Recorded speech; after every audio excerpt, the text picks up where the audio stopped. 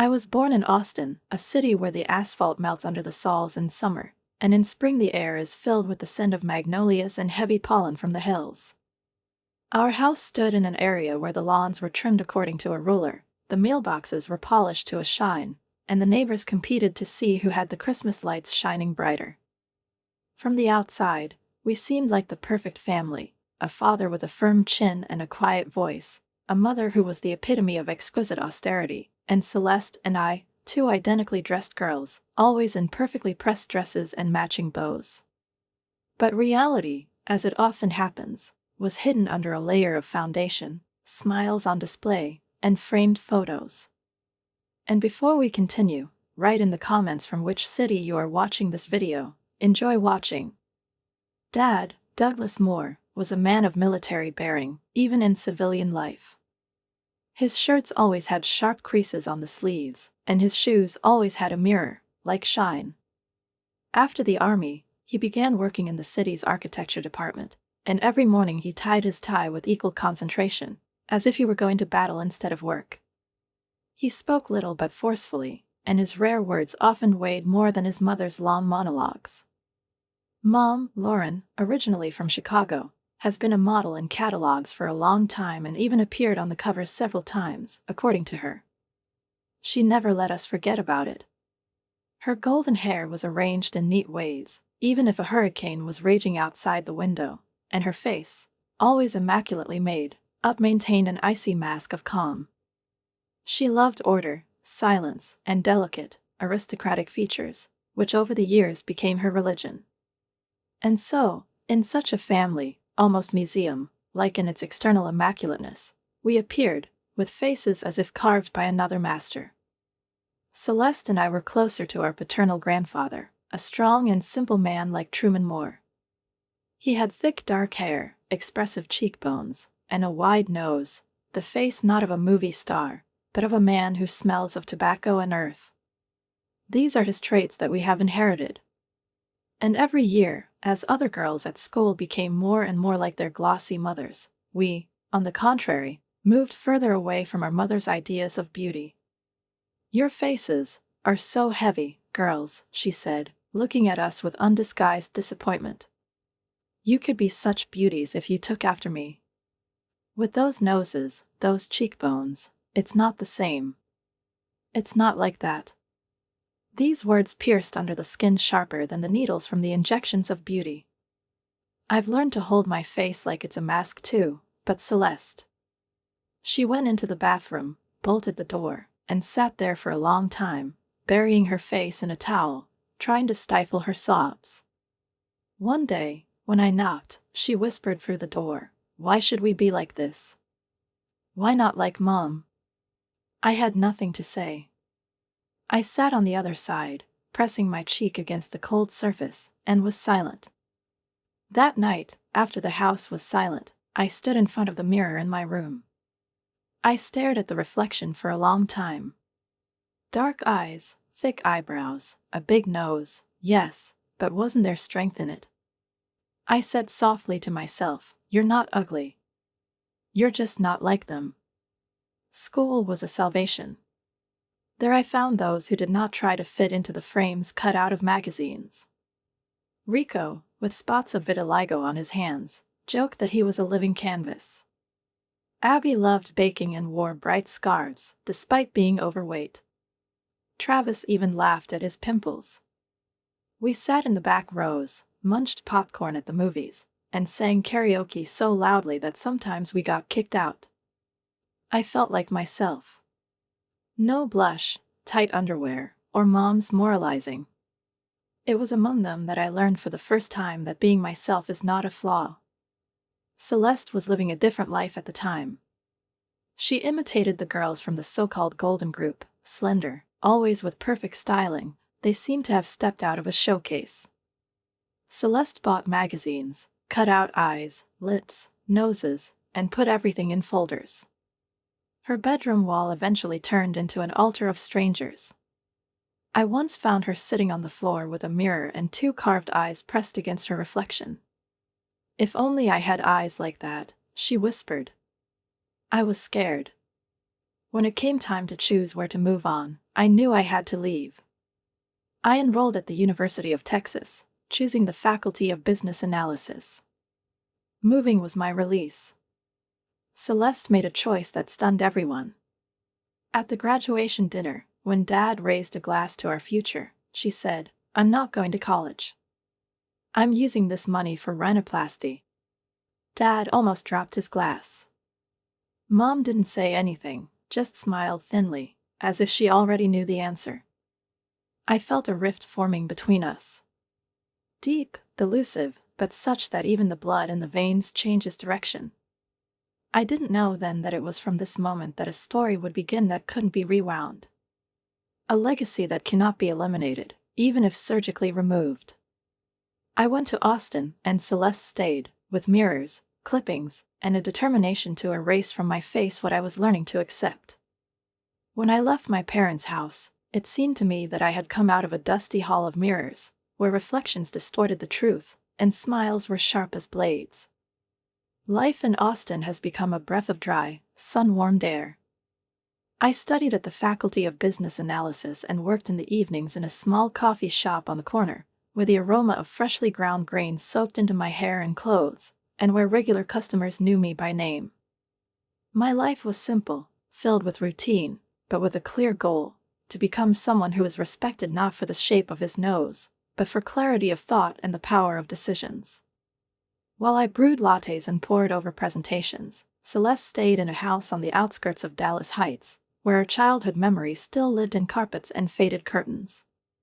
But they also disappeared over time, replaced by the new rhythm of her life: visits to the surgeon, consultations, anesthesia, recovery. First there was rhinoplasty. Then the contour of the cheekbones. Then the lips. Each procedure took away a part of her face that I remembered. It was as if she had cut herself to pieces, replacing the old Celeste with a woman made up of someone else's ideals. For years after starting my studies, I returned home for the summer holidays.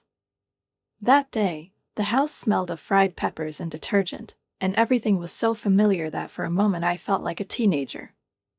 But when Celeste came out of her room, I was dumbfounded. Her hair turned platinum, straight and shiny like nylon. Lips, pouty, as if from allergies. The cheekbones were sharp, with such a curve that they seemed painted. And the nose was small, neat, almost doll, like those models from her walls. "You're back." She hugged me coldly. Her perfume was harsh, too sweet. "Savannah, you haven't changed much. So natural." There was a hint of disdain in her voice, disguised as a compliment. Mom looked at it as if it were a work of art, beaming with pride. "Isn't she a miracle?" she said, clapping her hands. "So graceful, so sophisticated." Celeste found herself.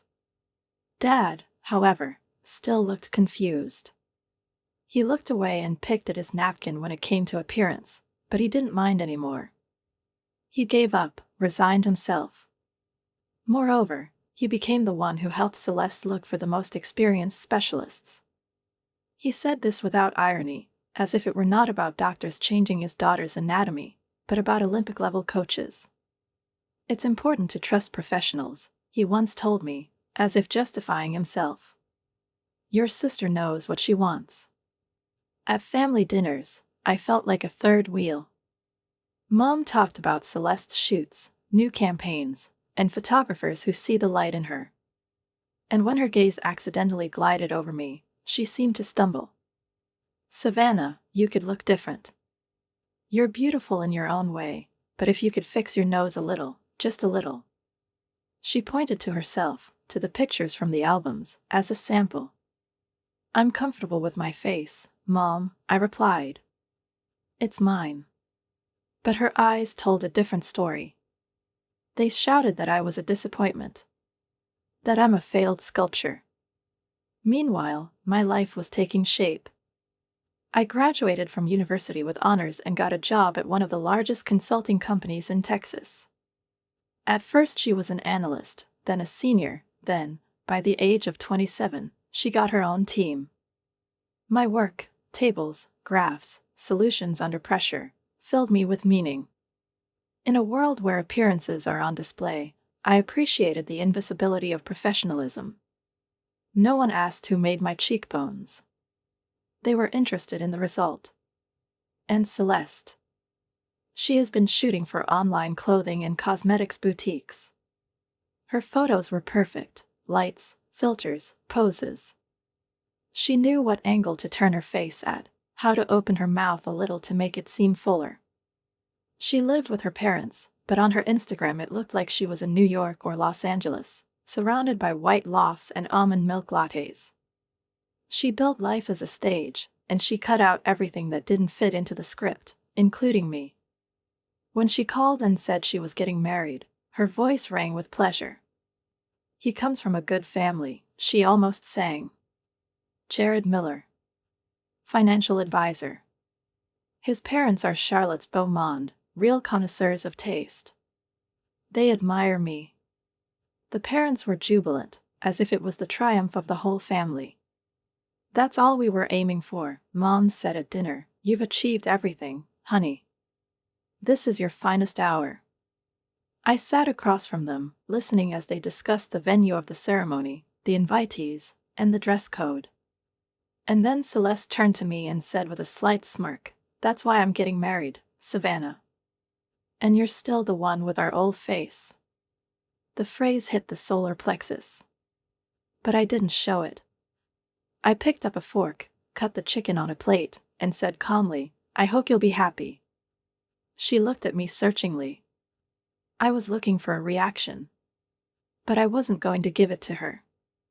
I did not participate in this performance. My stage was in a different place, and I learned a long time ago to distinguish the spotlight from the real light. They appeared at the beginning of Saturday morning, when I was still walking around the apartment barefoot, with a cup of coffee in my hand and my hair carelessly gathered on the back of my head. Mom knocked with such determination, as if there was something urgent and unbearable behind the door. Celeste stood behind her, wearing a white coat that looked like it was on the cover of a magazine, and with the expression she'd worn since it became fashionable to be confident to the point of rudeness. They entered uninvited, as if the apartment belonged to them by right of kinship. Mom immediately went into the living room, looked around and nodded cautiously, as if giving an assessment. "We need to talk," she said, settling down on the couch as if we were in a family therapist session. Celeste sat cross-legged next to me and glanced at my robe. "I hope you're not busy with something important," she said with a tight smile. "It all depends on what you're going to tell me," I replied, sitting down across from him, still with the cup in my hand. Mom folded her hands in her lap and began to speak in a smooth, prepared voice. "Your sister is getting married. It's the event of her life. My father and I are trying our best to help her, but most of our funds have been spent on her transformation." I lowered my eyes into the cup, watching the thin foam swirl on the surface. "For her 10 surgeries, you mean?" Celeste sighed. "It was an investment. And they proved themselves. Jared is the man of her dreams. And the wedding should match the level of this story. What does this have to do with me?" I looked up. "Do you want me to pay for your dream?" Mom wasn't embarrassed. "We're asking you to help. You earn well, you're successful, you have a stable job. It will be a contribution to the family's future. You know how much this wedding means to Celeste." I wanted to laugh, but I held back. Instead, I felt fatigue rising, not from the request, not from the amount I hadn't even heard yet, but from the situation itself.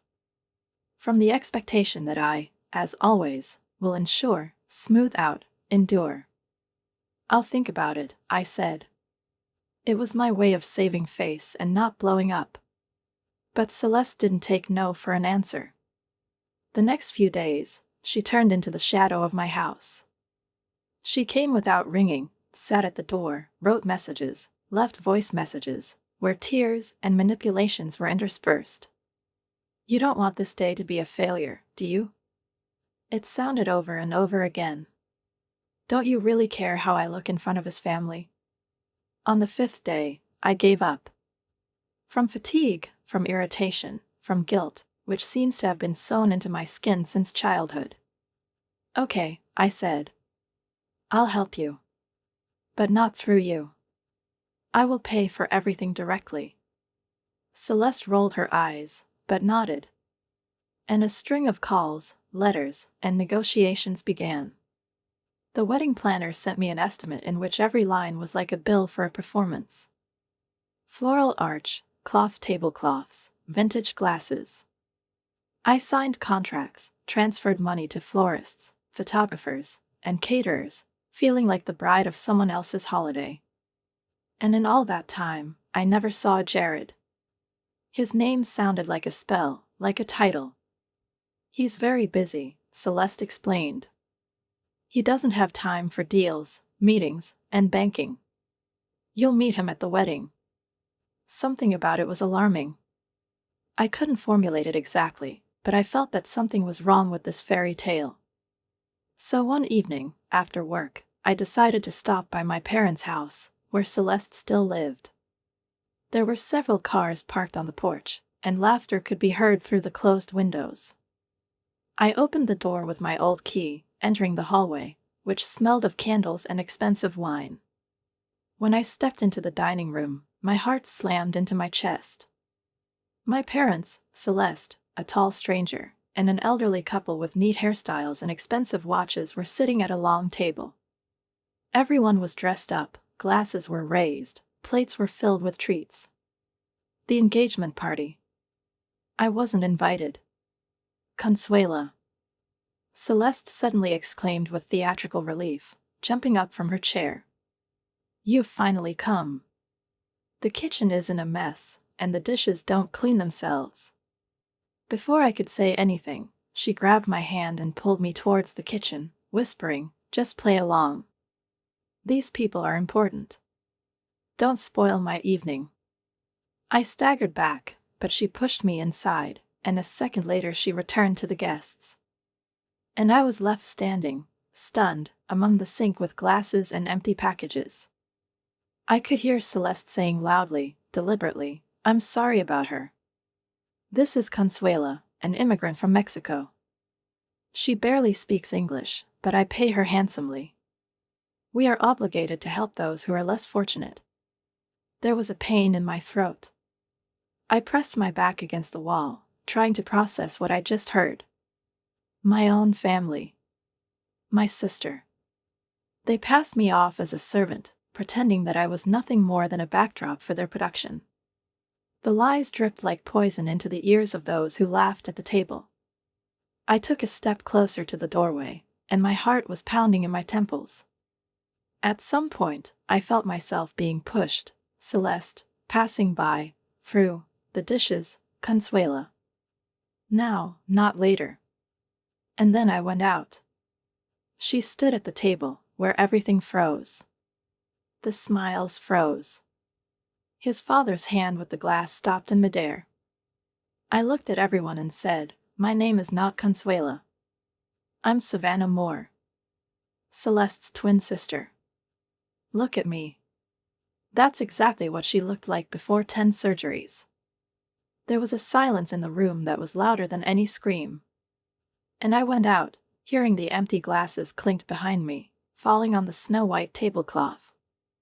When I stepped out of the kitchen into the dining room, the air seemed to thicken, become viscous like molasses, and every step was difficult. The faces at the table turned to me, some with amazement, others with irritated curiosity, as if I had disrupted the rehearsal of a carefully choreographed scene. But I was no longer going to be an extra in a play directed by Celeste. My hands were shaking, but my voice was steady. My name is not Consuela, I said, looking straight into Jared's eyes. I'm Savannah Moore. Celeste's twin sister. There was much more to that short sentence than just a name. It was an exposure, a rejection of the role that they were trying to impose on me. I saw how the glass froze in my father's hand, how Jared's mother's eyes widened, and her palm, decorated with a large sapphire ring, slowly rose to her chest. Jared pushed back his chair, as if he couldn't believe what he was seeing. My sister stood there like a frozen doll, her face white under a thick layer of makeup, and only her lower lip twitched, giving out weakness. This is what Celeste looked like before her 10 surgeries, I added without raising my voice. I am her reflection, but without filters, without adjustments. Only the truth. There was such silence in the room that I could hear the decorative clock on the wall ticking, the only witnesses to the collapse of the illusion. I didn't wait for an answer anymore. I turned around and left without turning around. I went out into the night, soaked in the smell of ozone before a thunderstorm, and only when the car door slammed shut did I let myself exhale. My fingers were still shaking on the steering wheel, but inside, a sense of liberation was growing, as if a tight mask that I had been wearing for too long had been removed from me.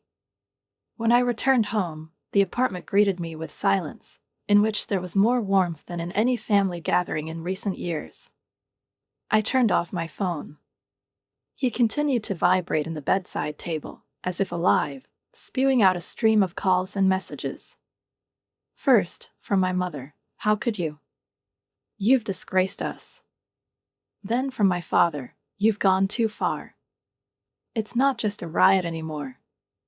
Then there was a line of messages from Celeste.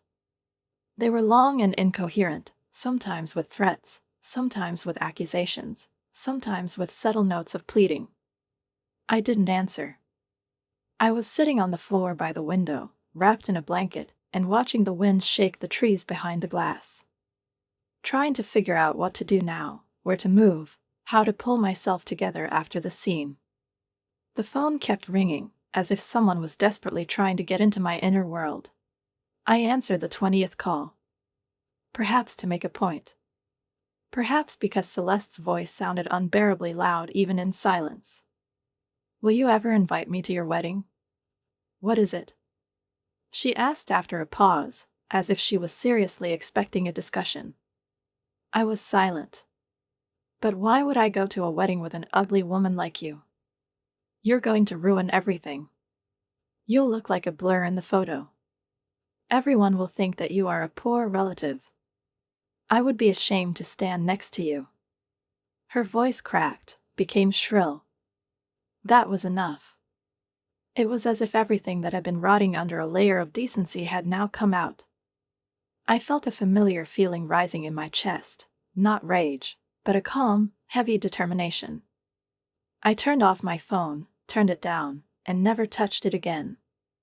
She went to her laptop, opened the folder with the contracts and started making calls. One by one. First to a florist, then to a catering company, then to a DJ and a photographer.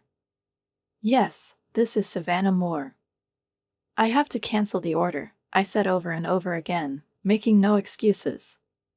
"Yes, I understand, the fine will be withheld." "It's not a problem." There were different reactions on the other end. Some were surprised, others sighed with sympathy, someone just silently confirmed. But everyone accepted the cancellation, and with every button, with every letter, I felt something that I had long lost control returning to my body. The right to make your own decisions. To the borders. The voice. Last of all, I transferred the rest of the refunded money back to the savings account. The cursor was blinking on the screen, and I watched the numbers reduced by the commission add up to something meaningful again. Freedom is not the sum. I poured myself a glass of wine. Big, without ceremony. I went out onto the balcony, where the air smelled of asphalt after the rain. And she took a sip, for her anger, for her fatigue, for her strength. For $75,500, which was supposed to be the price of someone else's happiness, but came back to me. For what I said for the first time, that's enough.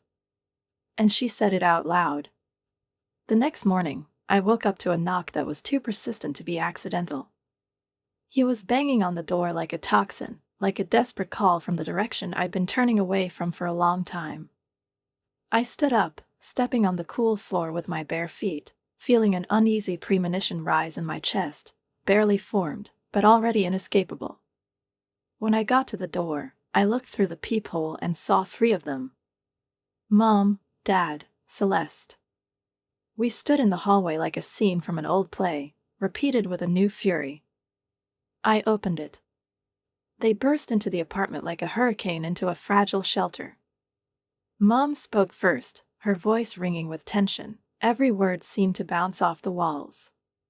"What have you done, Savannah?" she hissed, grabbing my elbow.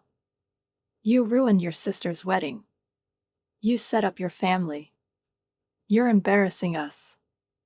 Celeste was as red as a peony in July and shaking with rage. "You had no right." "Stop it," she screamed. "Who are you to ruin my life? It was my fairy tale. My beginning." "That was a lie, Celeste," I replied calmly, taking a step back. "And you knew perfectly well that sooner or later everything would collapse. You were just hoping it wouldn't happen on your rose cake." Dad, always silent but once wise, now stood with a stony face. His voice was hoarse, restrained, but there was a threat in it. "You have to give it back. Call the organizer. Fix everything. Immediately." I looked at him. The man who read me fairy tales when I was 6. Who taught me how to hold a racket on a tennis court. Now he couldn't even meet my eyes. "No," I said. Simple, clear. "I will not return anything. I don't have to pay for a performance that I wasn't even allowed in the auditorium for." Mom spoke again, now at the limit. "You're ruining your sister's life. Because you're jealous. I've always been jealous.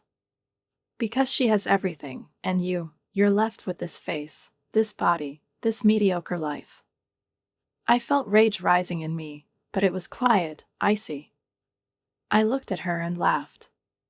A real, deep laugh, in which there was so much relief that for a moment it was even scary.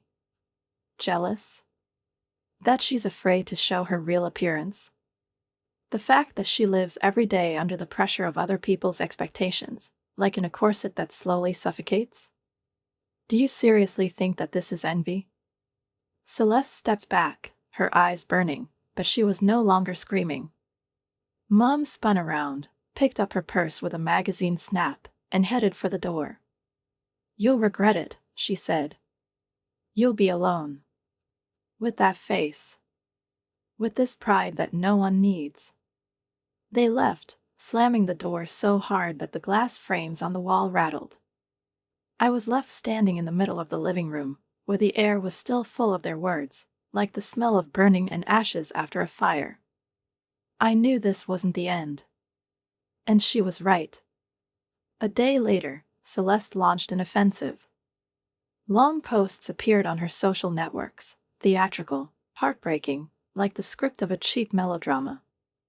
There I was, an envious sister, a destroyer of happiness, a woman with complexes who had been irritated by the beauty of others since childhood.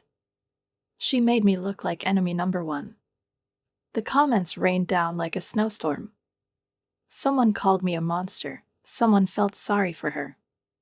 Someone wrote, "Don't worry, you'll find someone better." And she responded to everyone by heating up the flames. And then something worse started happening.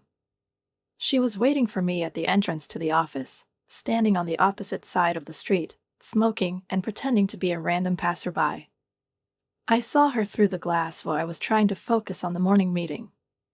One day she appeared in the lobby, greeted the security guard as if he were a friend, and tried to come up to me without a pass. She was stopped, but it was enough to make my colleagues whisper. Another day, she ambushed me at the parking lot and made a scene, threw up her hands, shouted, accused, talked about betrayal and pain. All this in front of witnesses, in front of clients. My boss called me in. There was a polite mask of anxiety on his face. "Savannah, is everything okay?" he asked. "We are not claiming anything, but one of our clients said that someone who introduced himself as a member of your family hinted at your unstable behavior." I felt something inside sinking to the very bottom. Celeste called my boss. She was trying to ruin my job, my reputation. And most importantly, my normality. That evening, I called the company's lawyer, Jane Hudson, a woman in her 50s with a cold mind and kind eyes. I told her everything. Without embellishment. Without hysteria. "It's harassment," she said, making notes. "We can send an official warning. A letter of cessation and abstinence. This is a legal step, but in such cases it acts quickly. We have prepared the text. It was clearly stated in it, any further attempts to contact, appear at the workplace, slander, or interfere in my professional activities will be considered grounds for legal action." The letter was delivered through a notary the next day. It was as if someone had flipped a switch. Celeste was gone. The phone went silent. No one was waiting at the door. The lobby became quiet. The parking lot is empty. I could go back to the office without expecting an attack. She could speak without clenching her teeth in fear. There was silence. And in that silence, for the first time in a long time, I heard myself again. He appeared at the beginning of the week, on the very Monday when the sky was gray as wet concrete, and the morning began with a cup of too hot coffee and a stack of reports, which lacked logic, but was full of other people's mistakes. My assistant, a young guy named Charlie, looked out from behind the glass partition with that expression on his face that always accompanies the phrase, "You're not going to like this." I've already prepared for anything: an unscheduled check, an unannounced customer visit, a system glitch. But instead he whispered, "It's Jared. He said he wanted to talk to you. Personally." I didn't understand right away. The name sounded like an echo from another world, distant, desiccated, almost forgotten. I got up, went to the door, and when I saw him, I froze for a moment. He was standing in the reception area in a black jacket, with his hands in his pockets, as if hiding from the cold, which was not there. Her hair is disheveled and her eyes are tired. Not the man in the perfect photos, with the perfect signature and tie. "Hi, Savannah," he said with a barely perceptible nod. "Do you have a minute?" I led him into the meeting room and closed the door behind us. He sat down and stared at the table for a second, as if gathering his strength. I know it's weird. But I had to. After everything happened, after that party. He looked up. I didn't understand. "Celeste said that you did all this out of envy. That you've always been against her. That you've been humiliating her since she was a child. I didn't know she even had a sister." He paused. I sighed. It wasn't anger anymore. No offense. Just fatigue mixed with a bit of regret. "She told you that the photos were burned in the fire, right?" He nodded. "Yes. She said it was a long time ago. That the house was damaged." "There was no fire," I said. "And the photos didn't burn. She threw them away herself. Everything where her real face was. Our face." I told him everything. Without unnecessary pathos, without emotions. It's just the way it was. About my childhood, about the operation, about how I was passed off as a maid at his engagement party. About the lies that grew like mold and eventually swallowed everything around. Jared listened without interrupting. Sometimes he shook his head, sometimes he exhaled softly. "You know," he said when I finished, "I've been feeling something wrong all this time. It's like I'm next to someone who's playing a role." But I believed. I thought I was being too demanding, too suspicious. "She said you were a monster. But you're completely different." I shrugged my shoulders. "I'm not an angel. But not a monster either. Just a man who is tired of being in someone's shadow." He thanked me, apologized, and said he had a difficult conversation ahead of him. I walked him to the exit, and when he disappeared through the glass door, I felt light. It was as if someone had taken off a long-forgotten coat, heavy and wet with old tears. 2 days later, an announcement appeared on social media. The wedding was cancelled. Due to irreconcilable differences, read the dry, emotionless post. Celeste's tantrum flared up instantly. She accused me of everything, of ruined love, of shame, of betrayal. She wrote posts, shouted in stories, and gossiped. But I didn't answer. I knew the truth had already been told. And whoever wanted to hear it heard it. I found an old photo. Celeste and I, prom night. 2 girls in identical dresses, with identical facial features. Hair gathered in careless buns. Laughing, alive. I posted the picture with the caption, "It's funny to hear that I'm jealous of a natural beauty." Here we are, up to 10 operations. Twins. 1 person. 2 destinies. And she turned off her phone. When I turned it on the next day, the screen was flooded with notifications. Comments, reposts, private messages. People wrote, "Wait, are you twins? I didn't know she had a sister. She's changed so much. I'm shocked. Thank you for showing this." Some apologized for their words. Some simply expressed their support. But the main thing was that I didn't feel lonely anymore. Someone saw the real me. Without filters. Without retouching. A few weeks later, when the noise started to subside, I accidentally came across a new photo of Jared. He was sitting in a cafe with a girl. The usual one. With a rounded face, glasses, and a thick sweater. She had a big, sincere smile. She wasn't hiding. She wasn't trying to appear. I just sat and laughed with him. And they both looked happy. I went to the mirror. I looked into a face that I knew by heart, but hadn't really seen for too long. The same cheekbones. The same nose. The same look. My grandfather's legacy is rough, strong, and not sweet. But I didn't see any more flaw in him. Only strength. Stability. The truth. My phone flashed. A new message. From Lucas, a guy I met a few weeks ago at a conference.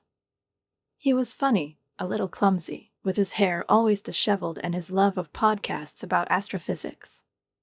We exchanged numbers almost by accident, and now he was writing, "Is dinner still on?" I smiled. And she typed in the answer, "Absolutely." Life was coming back. Without embellishment. Without masks. This time it's mine. Real.